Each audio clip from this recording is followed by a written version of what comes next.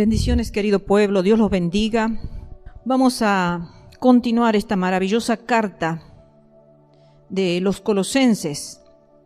Esta carta que el apóstol Pablo hizo una descripción bastante exhaustiva, podríamos decir, bastante minuciosa y bastante provechosa para el pueblo de Dios. Y ya vamos hoy llegando al tercer capítulo de Colosenses y seguimos enriqueciéndonos. Es inagotable, la verdad que la palabra de Dios es una fuente de agua viva que refresca nuestro ser. Cada vez que nosotros la empezamos a leer, algo nuevo el Señor nos deja, alguna enseñanza nueva nos deja. Y hoy vamos a comenzar con el capítulo 3 de Colosenses y vemos cómo allí Pablo comienza esta parte de la carta recordándoles a los colosenses realmente su identidad como resucitados con Cristo. Le dice, sí, pues, habéis resucitado con Cristo, buscad las cosas de arriba, donde está Cristo sentado a la diestra de Dios. Y estaba pensando, hermanos, cuando nosotros nos sacamos nuestro DNI, nuestro carné de identidad, nuestro documento de identidad, allí están todos los datos personales. Mi carné de identidad nadie lo puede usar, a nadie le sirve, porque es mío. Allí está mi nombre completo, está mi fecha de nacimiento, mi año, el día que nací, el mes que nací. Y también está nuestro grupo sanguíneo. Están todos los datos personales y nos sirve como documento para poder realizar diferentes trámites. Es un carné que nos da autoridad para poder recurrir a ciertas cosas legales, porque es lo que nos identifica a nosotros como personas, es nuestro DNI. Y entonces vemos cómo Pablo aquí le está recordando esa identidad a los hermanos. Ustedes como resucitados con Cristo, busquen las cosas de arriba, donde está Cristo sentado a la diestra de Dios. Una identidad celestial, no una identidad terrenal. No el DNI terrenal que usamos aquí para hacer trámites legales, para saber quiénes somos en realidad, sino es una identidad celestial. Dice, buscad las cosas de arriba, no las de la tierra. Y vemos cómo los primeros versículos de este capítulo 3 están conectados con los últimos versículos del capítulo 2 que ya hemos estudiado. O sea, desde el versículo 11 del capítulo 2, vemos que hay una conexión, porque allí el apóstol Pablo está hablándole de la muerte, de una muerte del cuerpo pecaminoso, de sacarse, de despojarse de ese cuerpo pecaminoso carnal en la circuncisión de Cristo. Luego habla de ser sepultados con Cristo juntamente en el bautismo. Y después le está hablando ahora en el capítulo 3, ya de la resurrección con Cristo. Qué maravillosa hilación que va haciendo en esta carta el apóstol Pablo, llevándolos al pensamiento de cómo nosotros realmente nos tenemos que identificar con Cristo. Si hemos resucitado con Cristo, entonces debemos actuar como Él lo hizo cuando resucitó. Y después de su resurrección, Jesús dejó la tumba y dejó los sudarios que lo envolvían. Ese sudario que estaba en todo su cuerpo, ¿verdad?, quedaron allí como testimonio de su resurrección. Y nosotros también debemos despojarnos de esas viejas vestiduras y de la tumba donde se descompone o se deshace lo viejo, ¿verdad? Allí en la tumba empieza el cuerpo a descomponerse. Nosotros no lo vemos porque está sepultado, pero el cuerpo empieza a entrar en una cierta descomposición hasta quedar allí nada. Entonces eso es lo que en realidad en lo espiritual tiene que pasar en nosotros cuando morimos juntamente con Cristo. Dejamos esa vieja carnalidad, esa vieja manera de vivir, dejamos esos harapos, esos trapos de inmundicia, los dejamos.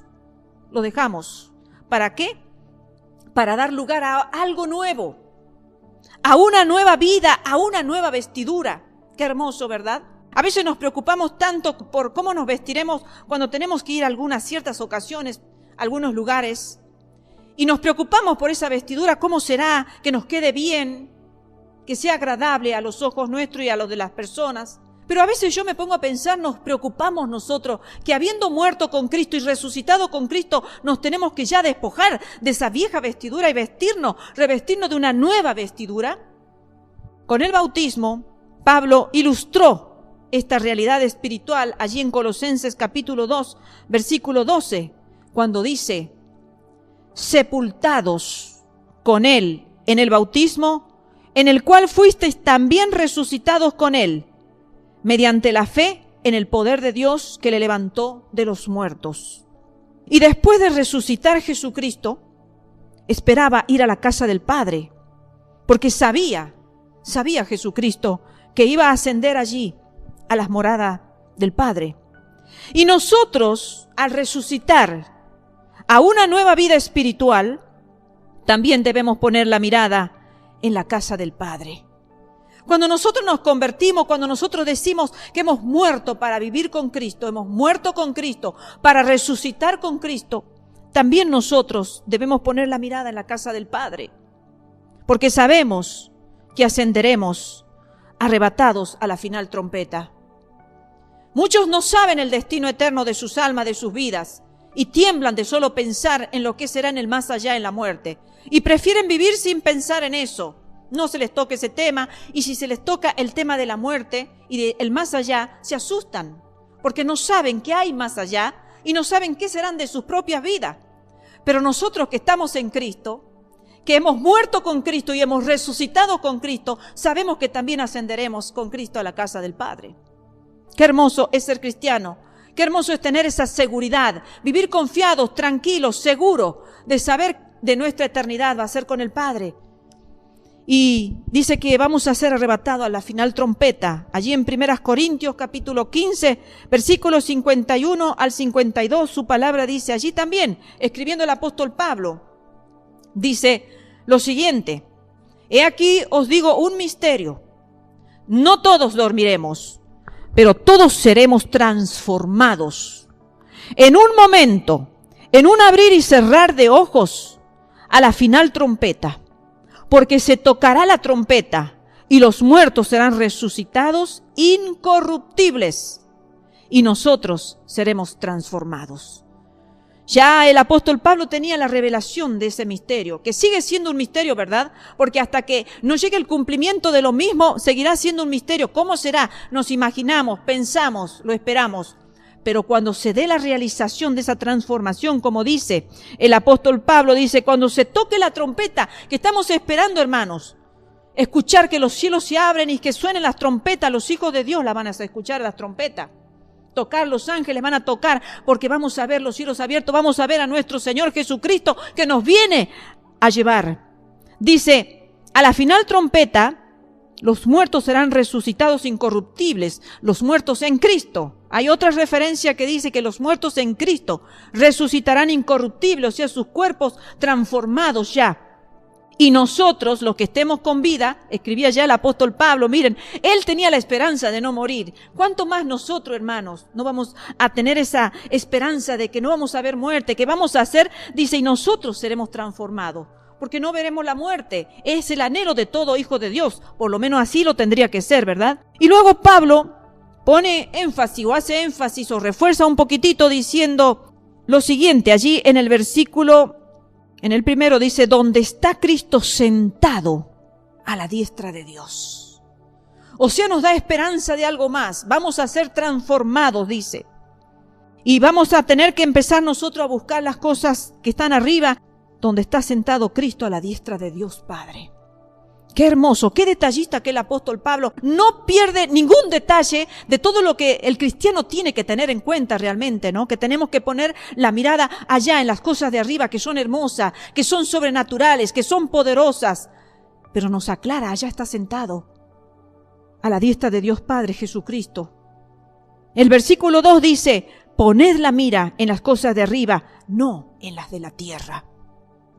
Y de la misma forma, hermanos, que nosotros poníamos las miradas en las cosas de la tierra, en las cosas del mundo, cuando éramos del mundo. Algunos han tenido la oportunidad de conocer el mundo, de conocer las cosas de la tierra, ¿verdad?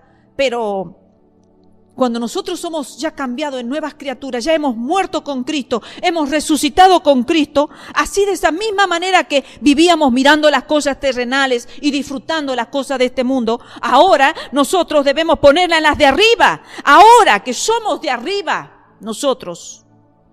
Entonces, hermanos, si sucede esto, ya no vamos a tener envidia, no vamos a tener codicia, no vamos a tener celo, no vamos a tener todas esas cosas que realmente el mirar a la tierra nos provoca eso. Porque cuando nosotros bajamos la mirada a las cosas de la tierra, de este mundo, empieza la envidia, empiezan los celos, empieza toda esa cosa que envuelve al mundo. El mundo se mueve con eso. ¿Cuántas muertes hoy en día salen en las carteleras, en televisión, en los noticieros, por la radio? Murió porque fue asesinado por celos, por traición, por envidia. Envidiaba lo que ella tenía, no lo podía tener, lo que él tenía, no lo podía tener. Entonces el camino más fácil era sacarlo por medio de la muerte.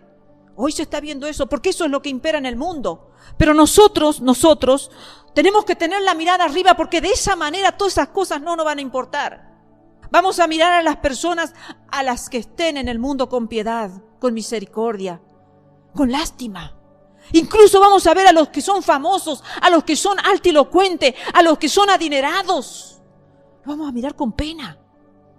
Porque ese es el gozo de ellos, ese es el disfrute de ellos y nada más. Más nosotros no nos importa nada de esta tierra. Nosotros tenemos puesta la mirada en las cosas de arriba que son eternas, que son inigualables. Como cantamos, son admirables, porque nuestro Dios es admirable. Entonces ya no podemos nosotros vivir como el mundo vive, afanado, viven con codicia, viven con avaricia, que ya vamos a ver un poquito más adelante.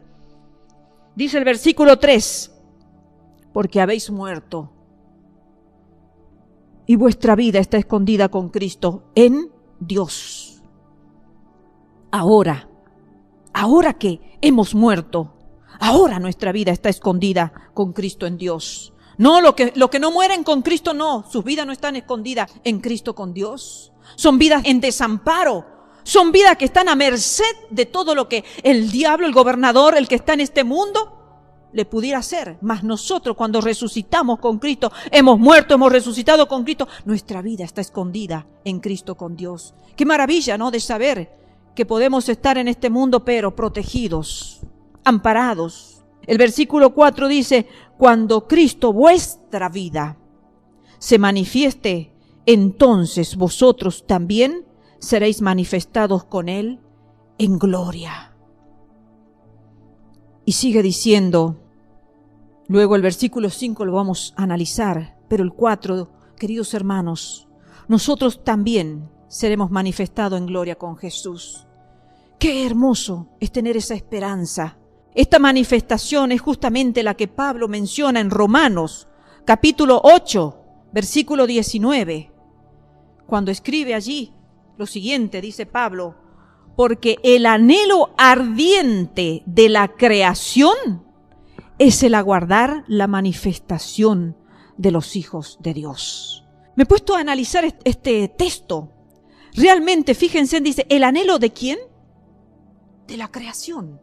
La creación está anhelante, está expectante de ver ¿qué? La manifestación de los hijos de Dios. ¿Por qué será? Me he puesto a pensar y a reflexionar.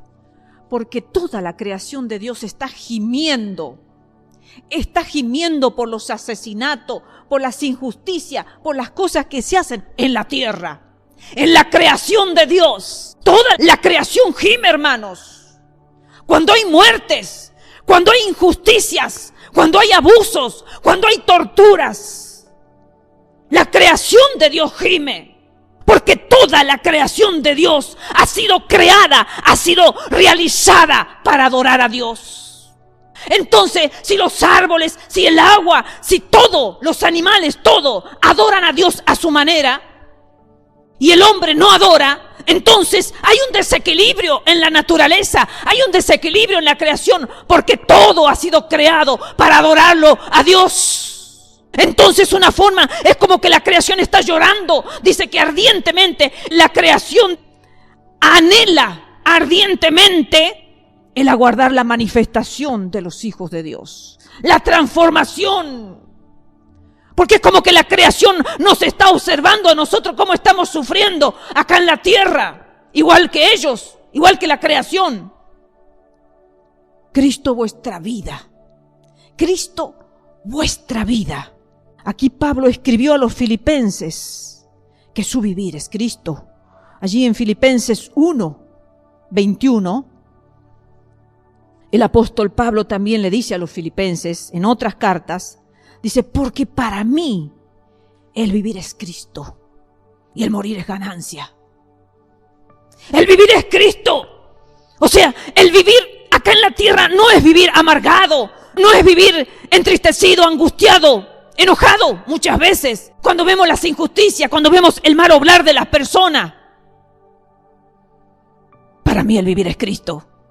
Porque tengo las miradas puestas allá en las cosas de arriba, donde está Cristo sentado a la diestra de Dios Padre, intercediendo por nosotros, preparándonos una morada, para que nosotros también algún día tuviéramos esa manifestación gloriosa, juntamente con Cristo. Y este pensamiento, queridos hermanos, no es solamente para los privilegiados, ¿verdad? Como decía el apóstol Pablo, para mí el vivir es Cristo y el morir es ganancia. Cristo vuestra vida no es para los privilegiados o los apóstoles, como el apóstol Pablo. Llamémosles apóstoles en el presente a todas aquellas personas que tienen todos los dones y que fundan muchas iglesias, varias iglesias. No son los mismos apóstoles que en el tiempo de Jesucristo se les llamó apóstoles porque habían visto, habían presenciado la vida de Jesucristo. Entonces eran testigos presenciales de la vida de Jesucristo, por eso eran apóstoles. Habían estado con Jesucristo, habían compartido con Jesucristo, habían visto los milagros de Jesucristo y Jesucristo los había capacitado, los había dotado con todos los dones. Hoy en día, los apóstoles no han sido testigos oculares, no han visto la presencia de nuestro Señor Jesucristo, pero se les llama apóstoles a los que tienen todos los dones y fundan iglesias. No es un privilegio de ellos nada más. Es algo, hermanos, para todos los creyentes. Para todos aquellos que creen en Jesucristo, para todos aquellos que viven por fe, que esperan esa manifestación gloriosa de algún día ser transformados y poder verlo a nuestro Dios, poder ver nuestras vidas también hechas a imagen y a semejanza de nuestro Señor cuando descienda a buscarla a su iglesia, a su esposa, a su amada, a la que se está preparando, a la que está poniendo la mirada arriba y no abajo. No en las cosas de la tierra, no en las cosas de este mundo, que son vanas, pasajeras. Entonces el apóstol sigue diciendo en esta carta, haced morir, pues, lo terrenal en vosotros. Cuando nosotros vemos un muerto, está tieso, está quieto, no se mueve. No hace nada, no tiene ya la vida que es la sangre, ya está inerte el cuerpo. Así dice que tenemos que hacer nosotros morir con lo terrenal. Ya no tiene vida, ya nada tiene sentido, ya nada es para nosotros satisfacción de esta tierra, de lo terrenal, de este mundo, de las ofertas de este mundo. Dice, haced morir pues lo terrenal en vosotros. Es como una orden. No piensen, no, haced morir. Es una orden, algo imperativo. ¿Qué hay que hacer morir? Miren lo que opera en el mundo y en la tierra. Fornicación, impureza, pasiones desordenadas, malos deseos y avaricia, que es idolatría. A veces decimos idolatría y nos imaginamos una entidad religiosa, ¿verdad? Nos hemos acostumbrado. Pero sin embargo, acá está diciendo que fornicación, impureza, pasiones desordenadas, malos deseos y avaricia, que es idolatría. O sea que el mundo está más lleno de idólatras de lo que pensamos, hermanos. No son algunas entidades religiosas que manejan algunas cosas que nuestros ojos ven. Hay cosas escondidas que también son idolatría y que aquí el apóstol Pablo las está mencionando. Hay que hacer morir las cosas en nuestra vida que son contrarias a nuestra identidad con Jesús. Recordemos que el apóstol Pablo le está recordando cuál es la identidad de todos aquellos que han muerto con Cristo, que han sido sepultados con Cristo y han resucitado con Cristo. Y que entonces tienen que poner la mirada arriba, en las cosas del cielo. Entonces hay que hacer morir todo lo que sea contrario a esa identidad, hermanos. Hay que hacer morir todos los apetitos terrenales. Y en este caso son los apetitos sensuales, carnales de la carne. ¿Y cómo vamos a hacer morir eso entonces? Quitando su alimento. Porque para que una cosa muera no se la alimenta, ¿verdad? Si nosotros nos dejamos de alimentar, nos morimos a la corta o a la larga. Entonces, todos estos apetitos sensuales de la carne, nosotros le quitamos su alimento y van a morir. Por ejemplo, quitar la mirada de lo que nos hace daño. Salimos a la calle y hay muchas cosas que nos pueden hacer daño. Es muy fácil quitar la mirada, hermanos. El celular. Hay muchas cosas que pueden ser alimento para la carne en vez de edificación. Quitar la mirada de lo que nos hace daño. Desviar el camino que nos lleva a la tentación. Cada uno sabe cuál es el camino que nos lleva a la tentación. Porque así como el diablo fue tan de ir a tentarlo a Jesús, a nosotros también nos va a estar esperando todos los días el diablo para hacernos tentar. Y nos va a preparar el camino, nos va a allanar el camino para que rapidito caigamos en la tentación. Entonces los hijos de Dios tienen que desviar el camino que nos lleva a la tentación. Si hay algo que nos tienta, cambiar la mente y no estar ahí pensando y pensando y pensando en aquello que de pronto es un pensamiento, después una acción. Empieza en el corazón, sigue en la mente y luego en la acción. Cambiar la mente y no insistir con lo que es lascivo, con lo que es malo. No insistir, hermanos. Si sabemos que algo es lascivo, que algo es malo, que algo es perverso, que algo es destructivo, porque todo camino de impureza nos lleva a la muerte. Entonces, tenemos que ser sabios. Tenemos que recordarnos nuestra identidad. ¿Cómo cuidamos el DNI, verdad? Cuando vamos a salir a hacer diligencia y lo guardamos bien en la cartera, en el bolsillo, para que no se nos pierda, porque es nuestra identidad. De esa misma forma, tenemos que cuidarla, nuestra identidad. Que no la vayamos a perder en el camino. Que no nos vayan a robar. La tenemos que cuidar, es nuestra. Fornicación, impureza, pasiones desordenadas, malos deseos. Queridos hermanos, fornicación es cualquier acto sexual fuera del matrimonio. Fuera del matrimonio. Cualquier acto sexual fuera del matrimonio. Eso es fornicación. Impureza es un término más amplio que la fornicación. Incluye el mal uso del sexo. Es una moral pervertida. Y para eso me gustaría, para que entendamos un poquito esto de moral pervertida, ¿verdad? Uso indebido del sexo, y para eso vamos a hablar un poquito.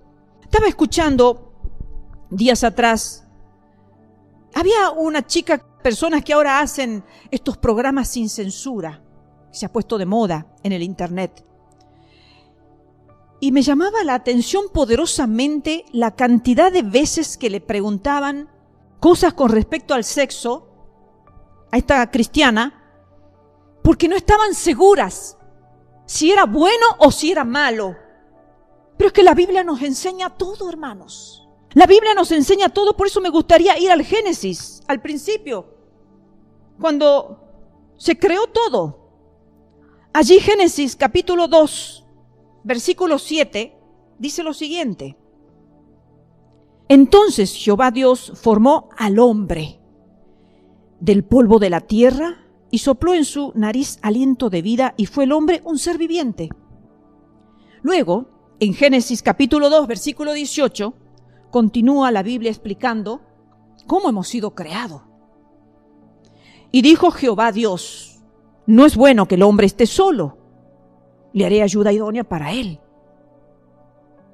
Y continúa la Biblia enseñándonos cómo se formó la creación, la humanidad. Y llegamos a Génesis capítulo 2, versículo 21 al 24, y dice así su palabra: entonces Jehová Dios hizo caer sueño profundo sobre Adán, y mientras éste dormía, tomó una de sus costillas y cerró la carne en su lugar. Y de la costilla que Jehová Dios tomó del hombre, hizo una mujer. Creó al hombre y luego la crea a la mujer, porque no era bueno que el hombre esté solo. Entonces crea dos sexos diferentes. Y dice, y la trajo al hombre, a la mujer la trajo al hombre. Dice, dijo entonces Adán: esto es ahora hueso de mi hueso y carne de mi carne. Esta será llamada varona, porque del varón fue tomada. Por tanto dejará el hombre a su padre y a su madre, y se unirá a su mujer, y serán una sola carne. El hombre y la mujer serán una sola carne, el hombre y la mujer, diferente sexo. ¿Por qué entonces tenemos que preguntar lo que en la Biblia está escrito? Que la unión carnal es entre un hombre y una mujer. Eso es lo que Dios creó. Eso es lo que Dios estableció en sus orígenes, en el principio de la creación. Pero sigamos avanzando un poquito más, porque desórdenes sexuales muchos, ¿verdad? Entonces sigamos con Génesis capítulo 4, versículo 1 al 2. Conoció Adán a su mujer Eva, la cual concibió y dio a luz a Caín, y dijo: por voluntad de Jehová he adquirido varón. Después dio a luz a su hermano Abel, y fue Abel pastor de ovejas, y Caín fue labrador de la tierra. Conoció. Este es el acto sexual, hermano, que Dios lo ha creado en toda la pureza y la santidad para el matrimonio, para la unión conyugal del hombre y la mujer, para los esposos, no para la fornicación, que es fuera del matrimonio.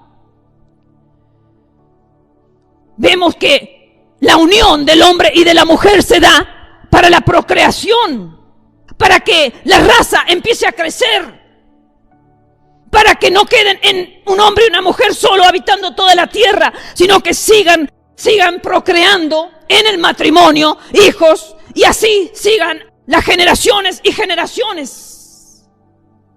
Entonces vemos luego en Génesis capítulo 4, versículo 25, sigue Dios en lo siguiente, dice: y conoció de nuevo Adán a su mujer, la cual dio a luz un hijo, y llamó su nombre Set, porque Dios dijo: me ha sustituido otro hijo en lugar de Abel, a quien mató Caín. Conoció Adán a su mujer, y luego conoció de nuevo Adán a su mujer.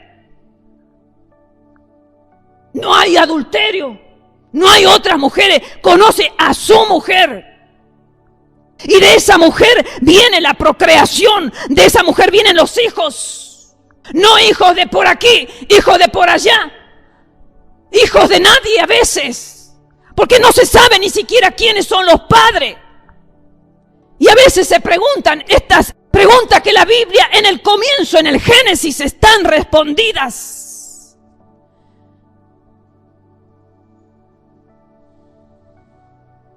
Y así se forman las genealogías, las generaciones de un matrimonio. Génesis 5, 1 y 2. Este es el libro de las generaciones de Adán. El día en que creó Dios al hombre, a semejanza de Dios lo hizo, varón y hembra los creó. Y los bendijo. y llamó el nombre de ellos Adán el día en que fueron creados.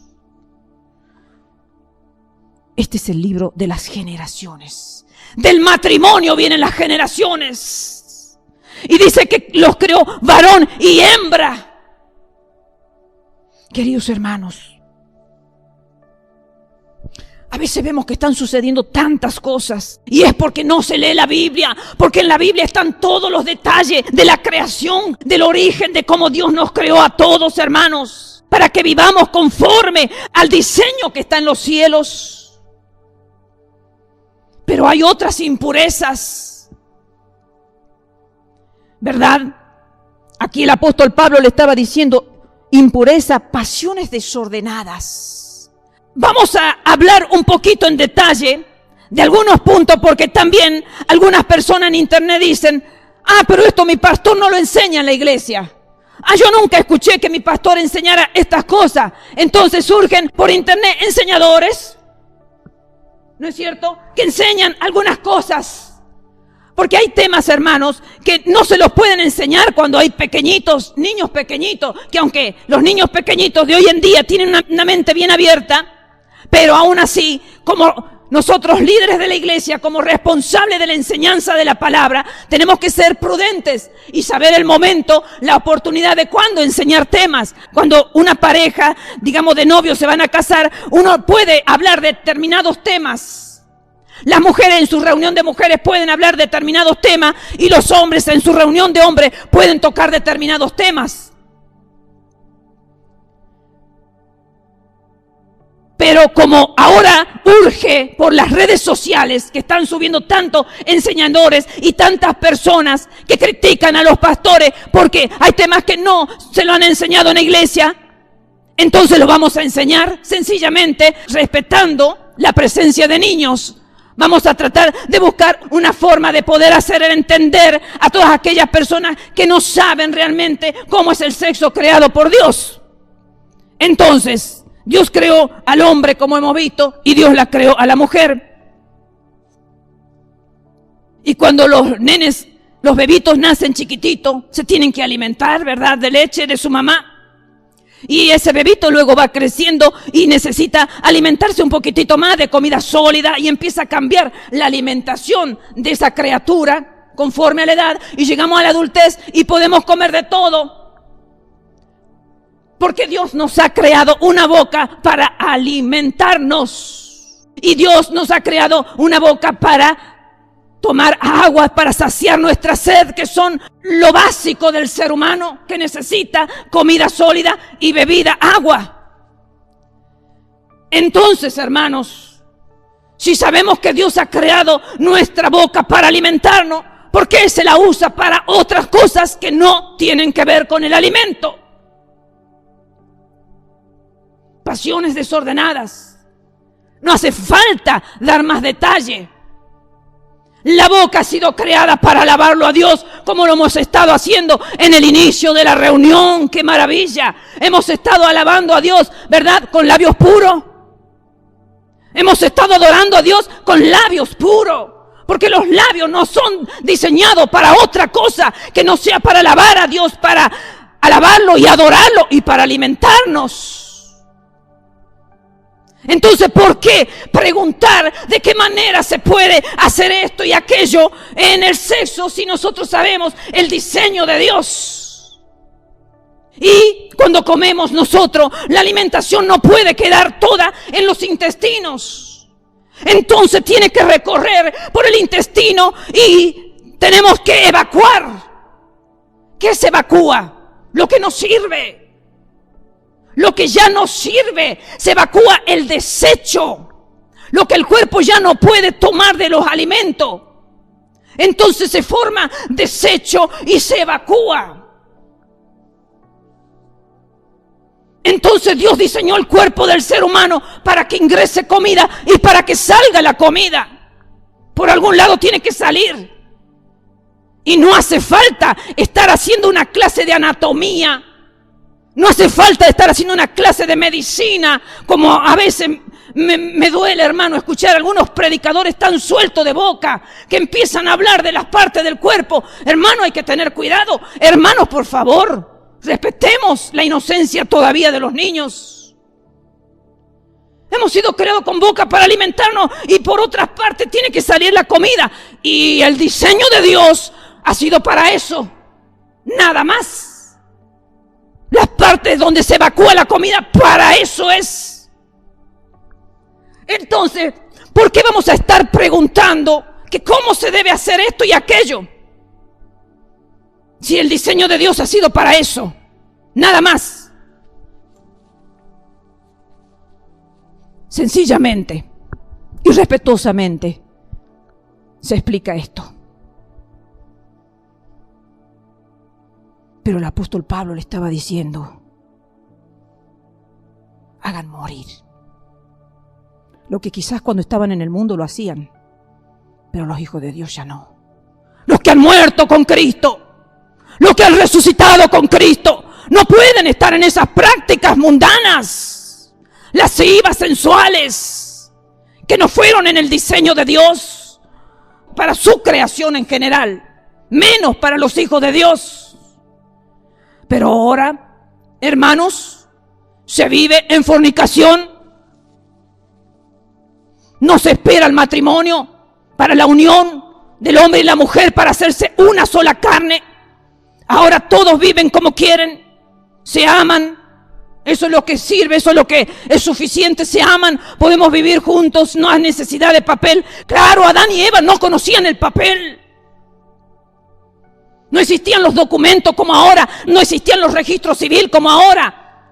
Eran ellos y Dios. La legalidad de ellos eran ellos ante Dios. Fueron pasando los tiempos y Dios nunca nos dejó desprovisto de una legalidad para poder formalizar los matrimonios, para que sean legales en el mundo, ante las personas.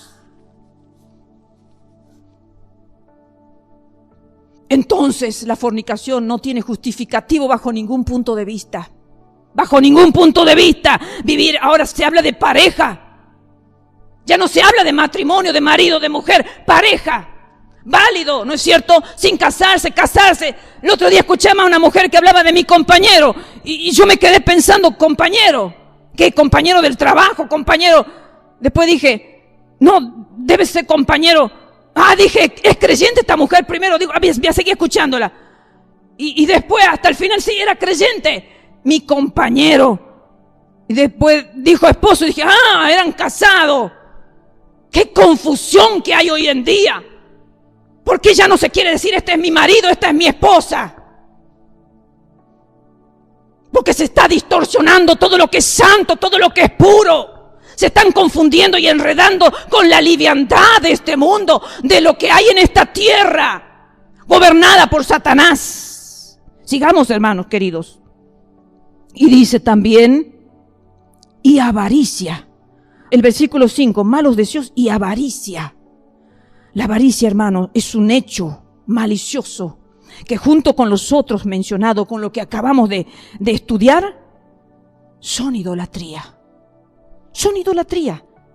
Efesios 5:3 dice, pero fornicación y toda inmundicia o avaricia, ni aun se nombre entre vosotros como conviene a santos.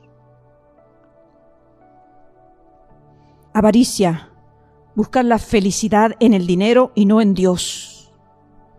Por lo tanto, esa avaricia es idolatría.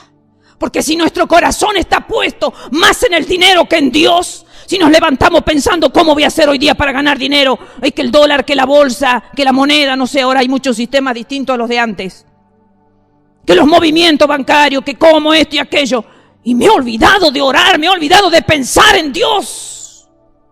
Y me acuesto a la noche, ¿cómo será mañana? ¿A cuánto habrá subido el dólar? Y a ver, me convendrá hacer este movimiento y hacer esta transacción y esto, y cómo puedo hacer. Y me olvido de orar, me olvido de pensar en que esa noche puede venir Dios y has amontonado todas estas riquezas. ¿Y para quién serán? Decía el Señor Jesús. Necio, le decía. Esta noche vienen a pedir tu alma y todo lo que has amontonado, ¿para quién será? ¿Y a dónde se irá tu alma? Eso es idolatría. Cuando nosotros ponemos en primer lugar en nuestro corazón cosas de esta tierra, de este mundo, que son necesarias para vivir. Claro que sin dinero no podemos vivir, pero cuando la ponemos en un desorden en nuestra vida, en nuestro corazón, en nuestra mente, pasan a ser idolatría.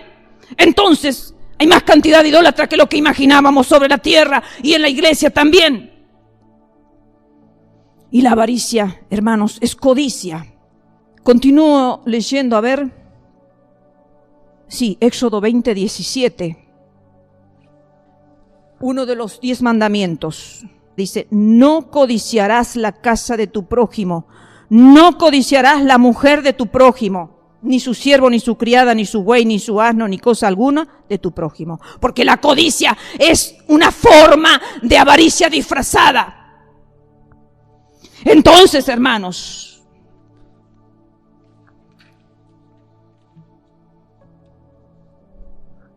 si la avaricia es idolatría, es codicia,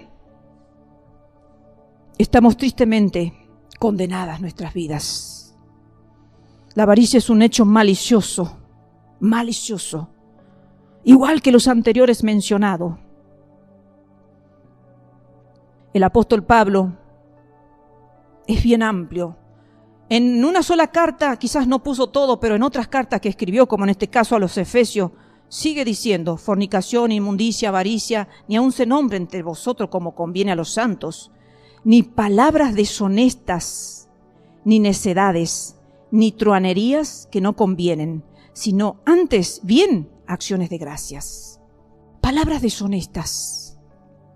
Qué triste que es ver hoy en día a personas, a hijos de Dios, predicar el evangelio con palabras deshonestas. Qué triste que empiezan bien el camino y de pronto, no sé, hermanos, qué es lo que les sucede a esas personas. Empiezan a predicar con palabras torpes, con malas palabras. Malas palabras, hermanos. Predica con palabras torpes que nunca se deberían decir. Palabras deshonestas, necedades, truanerías que son engaño o estafa. Esas son las truanerías. Engaños. ¿Vieron los anuncios en internet que dice... está de luto fulanito de tal, está de luto México y ponen la figura de uno? Y cuando uno entra a ver ese video no tiene nada que ver con la foto.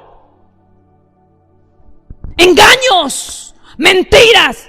No, ha muerto el tío, el primo de ese que está en la foto. Engaño para que la gente se sienta tentada y tengan más likes, las vistas y los videos. Y en el pueblo de Dios también ponen títulos mentirosos que después uno ingresa y no tiene nada que ver con lo que anuncian el título. En eso está cayendo la iglesia de Dios, el pueblo de Dios. No importa los mundanos, ellos son de este mundo, hacen esas cosas, pero la iglesia no. Cosas por las cuales Jesús nunca caminaría en estos pecados, en estos caminos. Entonces, si nosotros hemos dicho que tenemos la identidad de Jesucristo, tampoco podemos caminar en estos caminos porque Jesucristo no los transitó, no los tocó. Nunca. Fue santo, puro, justo, recto, digno, como hemos cantado. Y si nosotros tenemos la identidad y nos hacemos llamar cristianos, ¿qué eres tú? Nos preguntan, cristiano. ¿Qué identidad? ¿Estamos diciendo la verdad? Porque decir cristiano es decir soy Cristo. Soy porque Cristo vive en mí y yo vivo en Él. Los dos somos uno, hemos muerto juntos, hemos sido crucificados. En el bautismo nos resucitamos con Él a una nueva vida. Versículo 6 dice, cosas, todas las que venimos nombrando, por las cuales la ira de Dios viene sobre los hijos de desobediencia. Los pecados mencionados son parte de la forma de ser del mundo y no de la forma de ser de Jesús. ¿Con quién nos vamos a identificar? ¿Con Jesús o con el diablo? ¿Nos vamos a identificar con Dios o con el mundo? No podemos tener dos DNI.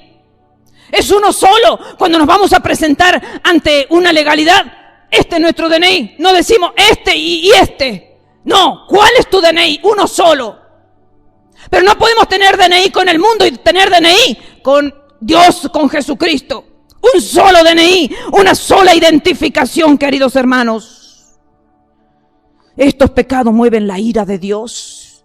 Y ese Dios de amor que envió a su Hijo Jesucristo a la tierra para que todo aquel que en él cree no se pierda, mas tenga vida eterna, se transforme en un Dios de ira ante la desobediencia, ante el pecado del mundo. Pero no que gente que predica del amor nomás y no acepta que existe la ira de Dios por la desobediencia, por nuestra culpa, no porque Él esté impulsado a ser una persona iracunda. La desobediencia le provoca ira a Dios. La desobediencia de sus hijos, si continúan en pecado, les añadida condenación, y un pecado solamente es suficiente para mandar a cualquiera al infierno. Un solo pecado. Ah, no, pero yo no tengo este pecado, yo no soy fornicario, no soy de malos deseos y no tengo esto ni aquello. Pero palabras deshonestas, dice. Palabras deshonestas. Necedades, truanerías, engaños.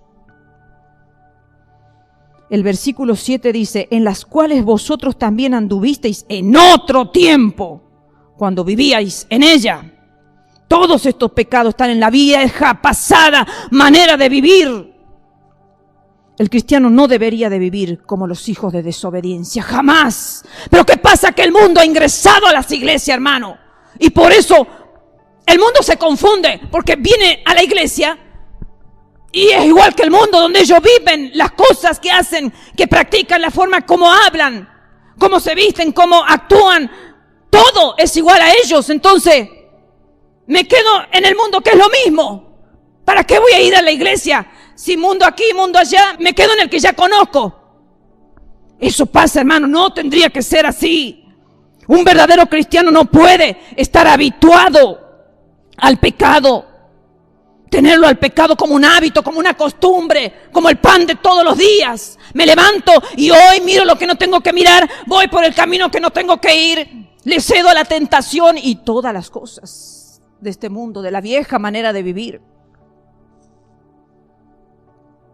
Pablo aclara muy enfáticamente que los cristianos una vez anduvieron en el pecado cuando pertenecían al mundo, no ahora. Ocasionalmente un pecado puede marcar la vida de un cristiano, porque en otra carta también se escribía que no nos hagamos mentirosos si decimos que nunca hemos pecado.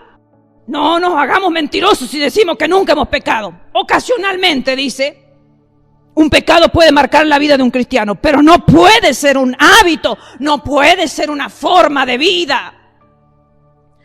Versículo 8 y 9 dice, pero ahora dejad también vosotros todas estas cosas. Sigue el apóstol Pablo. Ira, enojo, malicia, blasfemia, palabras deshonestas de vuestra boca.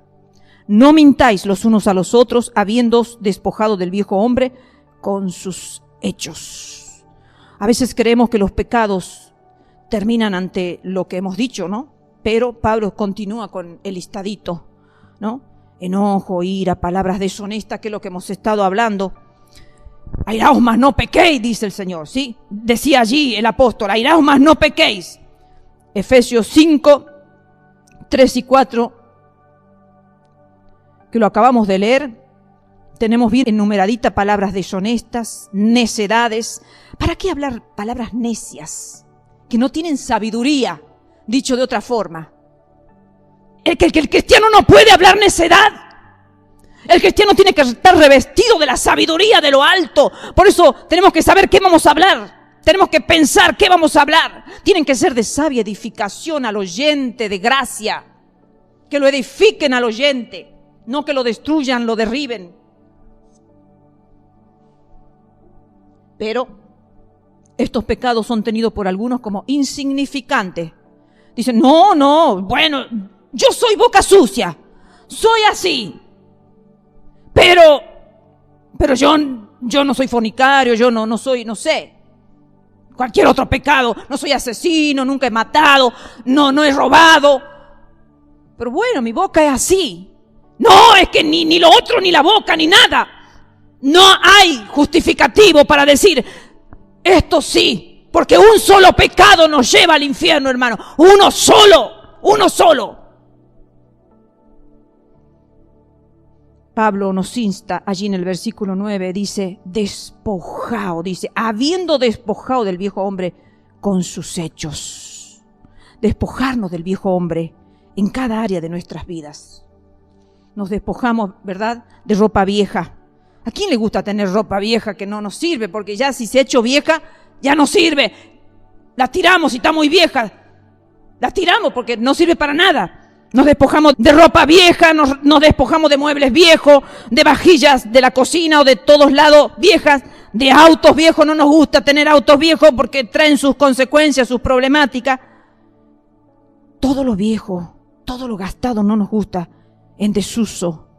Pero sin embargo, no nos queremos despojar de los hábitos de la vieja manera de vivir. Somos capaces de tirar todo, menos la vieja manera de vivir. Ahí la llevamos cargadita. Nos va aplastando, nos va tirando cada vez más para abajo, pero la seguimos cargando. No, hermanos, despojaos, dice el apóstol Pablo, despojaos de la vieja manera de vivir. Y los pecados de la boca, que están enumerados ahí en el 8 y 9, nos hace ver que esos pecados son igualitos que los otros. Y vamos a ayudarnos un poquito con el libro de Santiago, que también nos habla de la lengua. Santiago 1:26 dice, si alguno se cree religioso entre vosotros y no refrena su lengua, sino que engaña su corazón, la religión del tal es vana. O sea que vamos a vivir una religión vana, algo que no profese a Cristo, que no testifique, no deje una siembra fructífera, va a ser vana si uno se cree religioso pero no refrena la lengua. Y luego el capítulo 3 de Santiago, versículo 1 al 10, ahí tenemos un poquito más extenso a Santiago. Dice, hermanos míos, no os hagáis maestros muchos de vosotros, sabiendo que recibiremos mayor condenación. Para los que quieren hacerse maestros no siendo, hermanos, ¿no? Porque hay muchos que quieren hacerse maestros no teniendo el llamado. Mayor condenación, dice, vendrá sobre esto. Porque ser maestro trae condenación, hermanos, si no lo hacemos bien. Al enseñar la palabra de Dios, Jesucristo era rabí. Era maestro verdadero. Dice, porque todos ofendemos muchas veces. Si alguno ofende en palabra, este es varón perfecto. Si alguno no ofende en palabra, este varón perfecto, capaz también de refrenar todo el cuerpo. He aquí nosotros ponemos freno en la boca de los caballos para que nos obedezcan y dirigimos así todo su cuerpo. Mirad también las naves, aunque tan grandes y llevadas de impetuosos vientos, son gobernadas con un pequeño timón, por donde el que las gobierna quiere. Así también la lengua es un miembro pequeño, pero se jacta de grandes cosas. He aquí cuán grande bosque enciende un pequeño fuego, y la lengua es un fuego, un mundo de maldad. La lengua está puesta entre nuestros miembros y contamina todo el cuerpo, e inflama la rueda de la creación, y ella misma es inflamada por el infierno, porque toda naturaleza de bestias y de aves y de serpientes y de seres del mar se doma, y ha sido domada por la naturaleza humana, pero ningún hombre puede domar la lengua, que es un mal que no puede ser refrenado, llena de veneno mortal. Con ella bendecimos al Dios y Padre, y con ella maldecimos a los hombres que están hechos a la semejanza de Dios. De una misma boca proceden bendición y maldición. Hermanos míos, esto no debe ser así, dice el apóstol Santiago. Entonces, hermanos, cuidemos nuestras bocas, pero esto no quita que podamos mentir los unos a los otros sin palabras. Sí, por ejemplo, cuando miramos algo pecaminoso y luego predicamos contra el pecado. Qué tremendo, ¿no? Nuestros ojos están mirando lo que no tiene que mirar y después parados en la plataforma predicando contra el pecado. Eso también es un engaño, eso también es una mentira. No hemos complicado con la boca, pero nuestros actos internos que no se ven, nuestras conductas que no se ven, son pecadoras. Entonces, Pablo nos ha mostrado desde el versículo 5 al 9 la moralidad sexual conectada con las cosas materiales y la importancia de llevarse bien el uno con el otro. Porque si no sacamos esa vestidura vieja, nunca vamos a poder llevarnos bien entre hermanos queridos. Por eso tenemos que predicar, tenemos que enseñar, tenemos que aprender todo para movernos como un pueblo diferente, para no dejar que el mundo entre a nuestras iglesias, para no dejar que el mundo entre a nuestros hogares, para no dejar que el mundo nos subyugue, para que podamos ser leales los unos con los otros, podamos tener confianza los unos con los otros y no estemos ahí con miedo, con incertidumbre. Este hermano me parece raro, lo veo con esta actitud, pero sé que tiene una vida bastante desordenada. Y a veces lo veo orando y llorando, pero su vida no muestra un cambio, un despojo de su vieja manera de vivir. Un cristiano cuando se convierte tiene que empezar a esforzarse, a trabajar en sacarse esa ropa que nos sirve, esos harapos espirituales, hermanos, para que podamos avanzar a la meta, al supremo llamamiento, para que no desviemos el camino, para que no seamos eliminados, para que no pasemos a ser postreros, hermanos, para que podamos vivir en paz y en armonía juntos los hermanos como al Señor le gusta. Cuando una iglesia es verdadera, cuando en una iglesia todos se esfuerzan por ser cristianos con la identidad de cristianos verdaderos, hermanos, va a ser una iglesia que va a crecer en la verdad. No importa que no crezcamos en número, lo que importa es que crezcamos en la verdad, porque pueden haber iglesias muy numerosas, pero muy contaminadas, llenas de mundo, hermano, y eso no sirve. Lo importante es que seamos, si somos muchos, todos seamos iguales, si somos poquitos, todos seamos iguales, hermano, creciendo en la verdad de nuestro Señor Jesucristo, con una sola identidad, cristianos verdaderos. Que Dios nos bendiga a todos, hermanos.